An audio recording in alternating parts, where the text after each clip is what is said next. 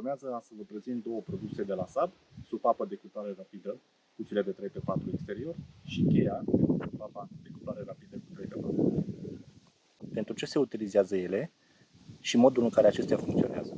În imaginea respectivă avem supapa de cuplare rapidă de 3x4, cheia pentru supapă rapidă, un riser de 3x4, o mufă de 3x4 cu filet interior, o cuplă rapidă pentru furtuni de grădină, un adaptor de 3x4, un cot pentru țeavă de polietilenă cu filet de 3x4 interior. Ca și monstră avem țeava de polietilenă de 32 densitate mare, un dop compresie la capăt, un teu reducție de 32 cu 3x4 filet interior, un dop de 3x4 cu filet exterior, o piesă de branșament, un racord reducție cu 3x4 filet exterior, prin care practic ne racordăm la sursa de apă printr-un adaptor pe exterior, o cuplă rapidă și furtun de grădină de 3x4. Supapa de cuplare rapidă și cheia pentru supapă de cuplare rapidă acționează ca punct de legătură între conducta subterană și aspersorul temporar sau furtunul de grădină.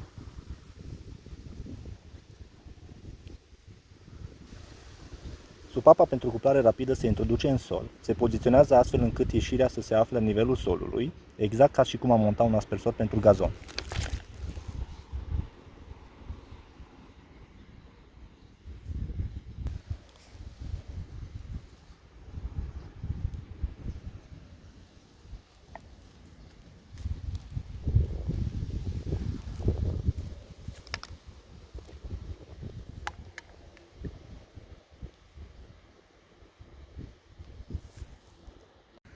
Aceasta se poate conecta fie într-o piesă de branșament cu filet interior de 3x4, care la rândul ei este montată pe o țeavă de polietilenă, fie într-o altă componentă, cum ar fi un teu cu filet interior de 3x4, sau un cot, o rotijă care să permită să ajustăm nivelul la care poziționăm supapa.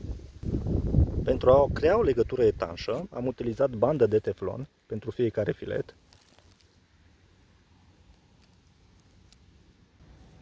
Este ușor de utilizat. Vom face o mică demonstrație în care ne vom folosi de sursa de apă de la rețea, un furtun de grădină, împreună cu o cuplă rapidă și un adaptor. Acestea vor face conexiunea între țeava principală, pe care, bineînțeles, se află montată piesa de branșament, teul și în capăt un dop. Am ajuns la etapa în care vom vedea cum se realizează conexiunea cu cheia pentru cuplare rapidă. În interiorul cuplei se află o valvă, de fapt o bilă cu arc, care odată acționată permite trecerea apei. Ca să putem realiza acest lucru, avem nevoie de cheia pentru cuplare rapidă. Prin introducerea acesteia în supapă, până la auzirea unui clichet, fapt ce ne arată că s-a realizat cuplarea, se activează deschiderea bilei cu arc, astfel că apa va porni instantaneu. Se introduce cu partea filetată în sus. Aceasta este chema de care se va fixa, practic, cheia de supapă. Iată, am auzit un clichet. Pentru a deconecta cele două, pur și simplu se apasă pe clema pe partea cu filet, se aude un clichet, iar cele două, practic, sunt independente.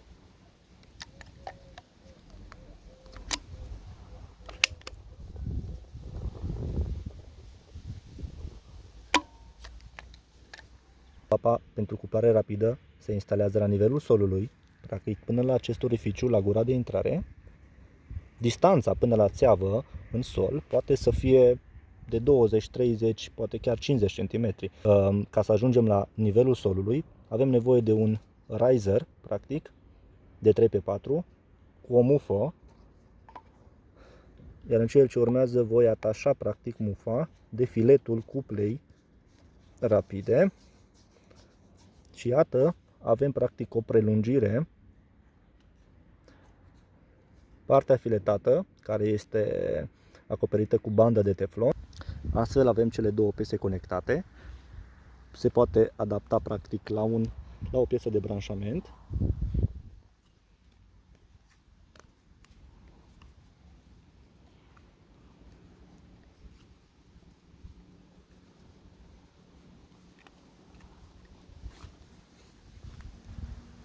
Sau, bineînțeles, se poate adapta la un teu care are ieșirea de 3x4, filet interior. De asemenea, se poate conecta și la un cot, piesă care practic vine la capătul conductei. Ieșirea este de 3x4, bineînțeles. Pe cheia pentru supapă cuplare rapidă se poate conecta un aspersor cu filet interior de 3x4 sau un furtun de grădină cu pistol de stropit. Pentru a nu risca să vă udați și pentru utilizarea cât mai simplă, se recomandă montajul dinainte pe cheia a produsului dorit.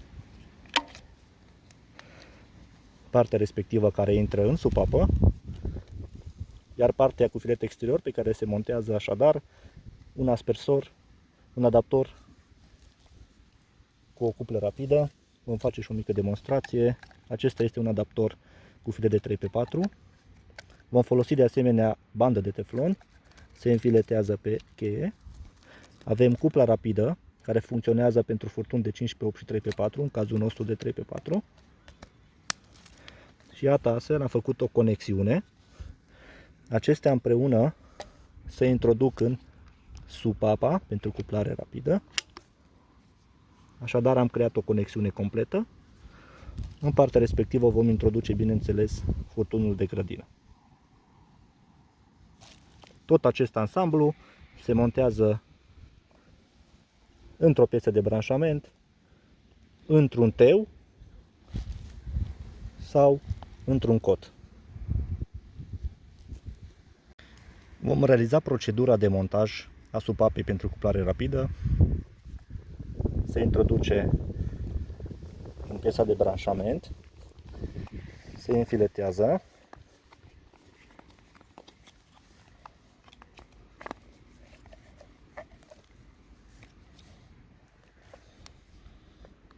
acesta este doar un capac pentru a nu intra impuritățile. Așadar, așa cum am spus, apa va trece doar prin activarea acelei bile cu arc din interior. Bilă care se activează odată cu introducerea cheiței.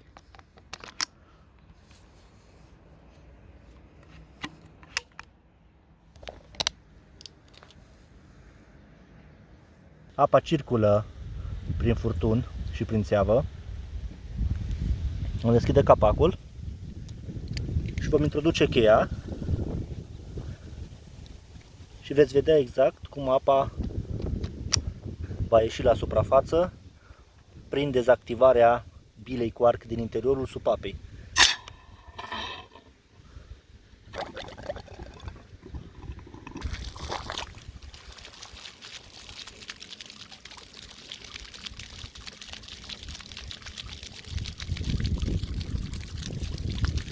De asemenea, prin scoaterea cheii din supapă,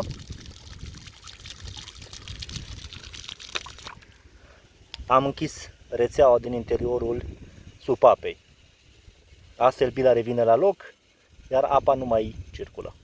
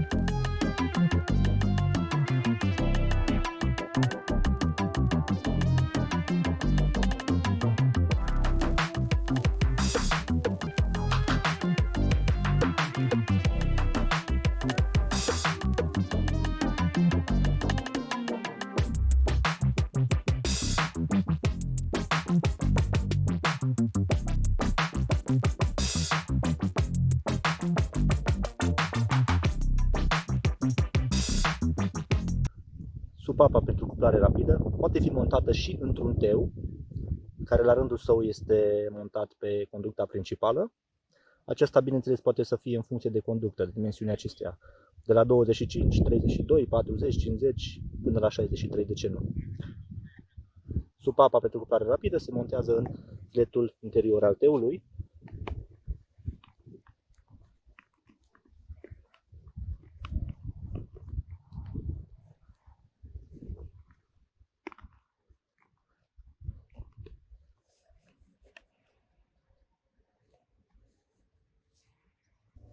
Dar în cele ce urmează vom instala și cheia în supapă. Așadar ați auzit un clichet, practic conexiunea s-a realizat și în acest mod bila cu arc a fost ridicată, fapt ce ne permite deplasarea apei prin supapă. Scoaterea cheiței, apa nu va mai circula, așadar s-a oprit .